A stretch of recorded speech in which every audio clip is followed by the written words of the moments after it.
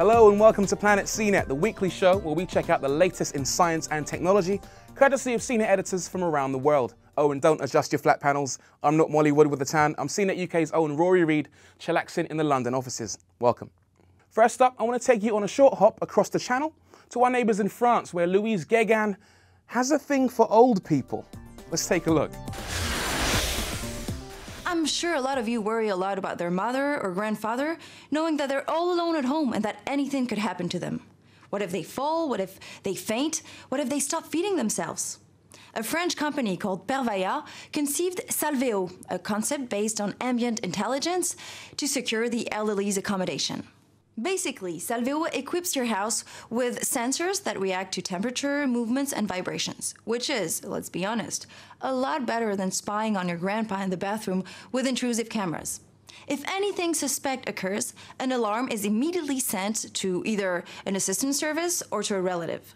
And why not equip your grandpa with an electronic bracelet that he could use to alert an emergency relief? Not a bad idea. The problem is, 90% of the calls made with this type of bracelet are either made by mistake or because the person needs company. Plus, the bracelet requires that the person is conscious to activate the alarm. With Salveo, you know your loved ones are in security and that they will be immediately taken in charge in case of emergency, whether they are conscious or not. But don't take it as an excuse not to visit them once in a while, okay? This is Louise Guégan for CNET France. Thanks for watching. Okay, it looks as if there's not much to look forward to as an old person. You've got to exchange your wild oats for bran flakes and be fitted with an electronic ankle bracelet like some kind of geriatric criminal. I am really not looking forward to turning 29. The next stop on my world tour is Australia, where the delightful Ella Morton is hanging out with worms, hungry bears, and malware. Australia's Gold Coast is a beautiful stretch of land filled with gorgeous weather, great beaches, and luxury resorts. The perfect place for an enterprise security conference. But while worms, whitelists, and malware may not sound fun and sexy, a whole lot happened behind the scenes.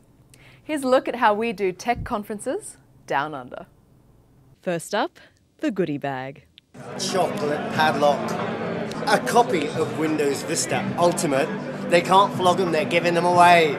So our journalists are digging the free stuff. But what do our attendees think of the OzCert conference? It's crunchy outside and chewy inside. It's a liquid inside now. It's like being in a group of people and there's a hungry bear chasing you. As long as you run faster than the others, you're not going to get eaten. Somebody will, but not you. In my case, it was a dog, but... I can't get it into my mind. It's really malicious. Well, again, I came over too rabid and people are going to yell back at me. Interviews didn't always go so smoothly.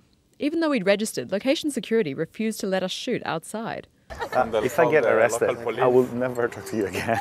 That's all right. The view inside was almost as good as the view outside.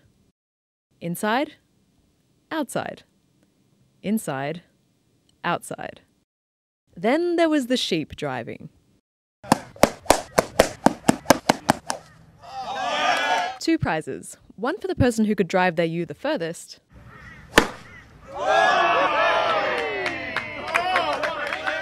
And another for someone who could decapitate their sheep. That's our video editor, Matt Oxley. Way to represent the team.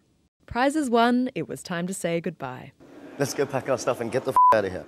So it's not quite CES, but we think it stacks up okay. I'm Ella Morton for Planet CNET. Seriously, you've got to love the life of a tech journal. 3 copies of Windows Vista, rubber sheep, and did you see the security guards at the end? That's Ella's entourage, baby. She's rock and roll. Okay, time to move over to CNET Asia, where Darius Chang is looking for some tech bargains in Singapore.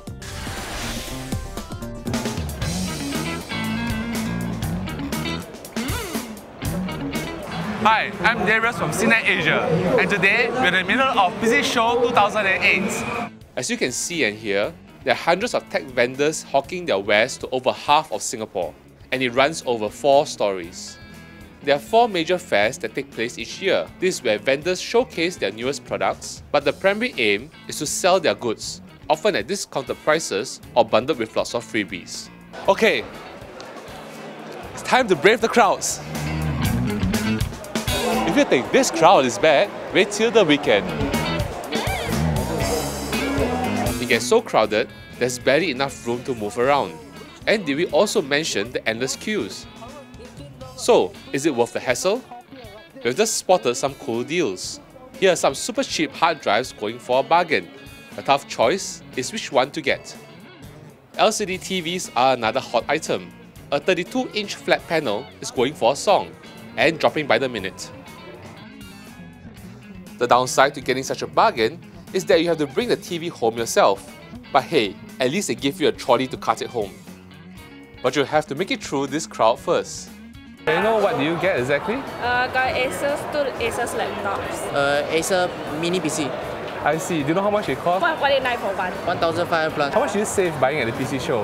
About 20%. Any freebies to go with it? Yeah, we had hard disk, thumb drives and SD cards. They should give a printer free. Then I don't want the printer, so minus the $50 off. So was it worth coming to the show to get all this stuff? Yeah, definitely, because I think it's much cheaper. I think there's a quite significant price difference. These shows have become part of the Singapore Tech Buyers calendar. The crowds may be crazy, but that's one indication that there are good deals to be had. Some non-related products, like insurance and credit card companies, also have a presence here just to tap the massive human traffic passing through. In fact, if you're an old pro at this, you wait till the very last day, bargain like a fishwife, and go home a happy camper. Poorer, but happier. This is Darius, signing off. Well, there you have it. I never thought I'd see the day when a tech journal would willingly spend his own money on gadgets. I guess in CNET Asia, that's just how they roll. That's all for this week. We'll catch you next time on Planet CNET for more interesting tech tales from around the globe. I'm Rory Reid reporting from London.